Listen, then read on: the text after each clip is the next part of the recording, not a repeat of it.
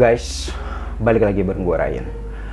Kita itu kadang kesel ya, orang nggak berani, nggak gentle berhadapan dengan kita. Akhirnya mereka menggunakan cara di belakang untuk nyakitin kita, nyakitin secara fisik, mental, bahkan kesehatan kita bisa terancam gara-gara ulah orang-orang yang ya kita nggak tahu alasan mereka apa, sehingga mereka mengambil jalan yang kurang pas dan bukan seorang yang gentle untuk menyelesaikan sebuah masalah.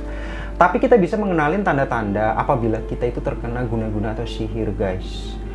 Nah, ini untuk mengantisipasi, siapa tahu di kemudian hari kita mengalami dengan tanda-tanda yang akan gue jelaskan berikut ini, dan kalian sudah harus mempersiapkan diri untuk jaga-jaga, antisipasi, dan mencari pertolongan ketika kalian mengalami ini, guys. Seperti apa tanda-tandanya? Jangan kemana-mana. Buat kalian yang baru di channel gue nih, guys, yang belum subscribe dulu ya. Kita lanjut setelah pesan-pesan berikut ini.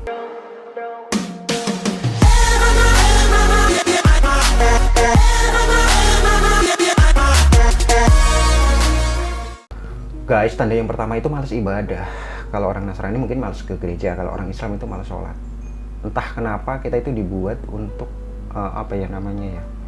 malas mendekatkan diri sama Tuhan, kayak gitu. Nah, nggak tahu tujuannya apa ya, namanya juga magic ya. Magic itu kan nggak bisa dijelasin dengan logika kita gitu. Jadi seandainya kalian yang tadinya itu rajin ibadah, tiba-tiba kok malas ibadah gitu, ya itu mungkin salah satu tanda bahwa kalian itu terkena guna-guna hitam. Nah, yang kedua adalah pengulangan mimpi. Jadi kalian itu sering mimpi yang sama gitu, kayak dikejar-kejar ular, terus kayak jatuh dari tebing, itu berulang-ulang. Nah, kalau kalian sampai ngalamin hal seperti ini, bisa jadi ini adalah tanda kedua kamu itu terkena guna-guna, guys. Tanda yang ketiga adalah ada perubahan fisik, guys. Kayak muka itu yang berubah jadi kayak pucet, yang tadinya ceria jadi kayak pendiam, hati-hati. Ini adalah ciri yang ketiga ketika orang tersebut itu terkena guna-guna atau sihir ini, guys. Ya, kalian harus waspada. Nah, yang tanda yang keempat itu kayak orang linglung, jadi kayak orang stres gitu loh, guys. Jadi kayak kehilangan konsentrasi, sehingga orang tersebut itu kita lihat yang biasanya itu pinter, smart, segala macam, jadi kayak nggak bergairah kayak gitu loh. Orang linglung gimana sih ya? Orang linglung itu ya susah sih dijelasin ya, intinya dia tuh kayak nggak mengingat sesuatu gitu. Nah, itu adalah tanda-tanda yang keempat, yang kemungkinan orang tersebut itu terkena guna-guna ataupun sihir ini, guys.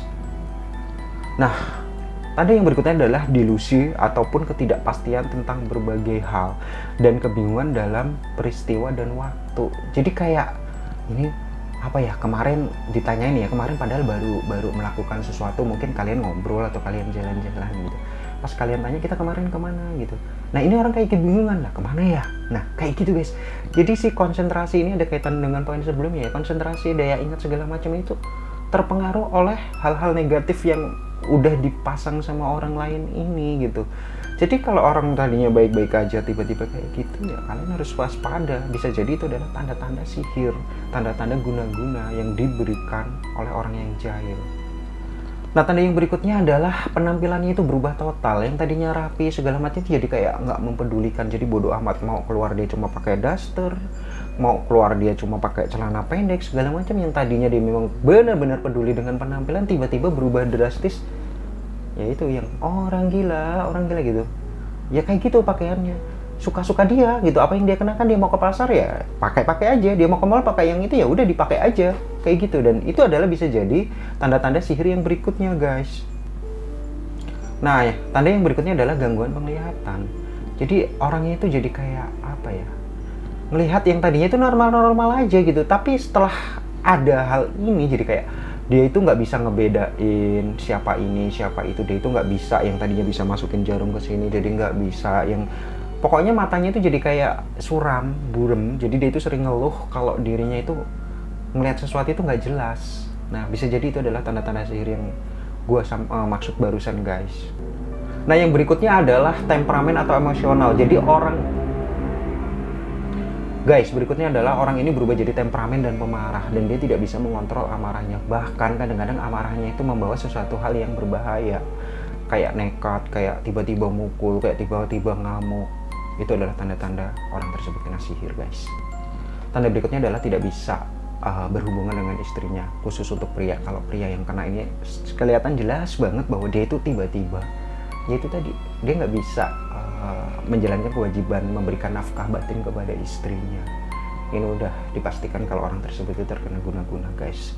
Oke, yang berikutnya adalah tanda ada perubahan suhu badan, di mana badan tersebut itu selalu panas dan apa ya namanya, pernafasannya itu jadi kayak nggak normal, nggak kayak orang-orang biasa kayak gitu, kayak tersengal-sengal, sering sesak nafas. Padahal pas dicek di dokter segala macam itu sehat. Nah, bisa jadi orang tersebut memang sedang ngalamin gangguan dari sihir, guys. Nah, itu tadi tanda-tanda yang harus kalian waspadai. Untuk cara penanganannya kalian lihat di video-video gue berikutnya, guys. Kalau nggak, kalian bisa visit di channel gue untuk memperjelas bagaimana penanganan ketika ada saudara siapapun yang mengalami hal ini. Guys, terima kasih banyak buat kalian. Semoga diberi kesembuhan untuk siapapun yang sedang ngalamin hal ini, guys. Gue Renji R, kita jumpa lagi di informasi, review, dan rekomendasi berikutnya. Dah.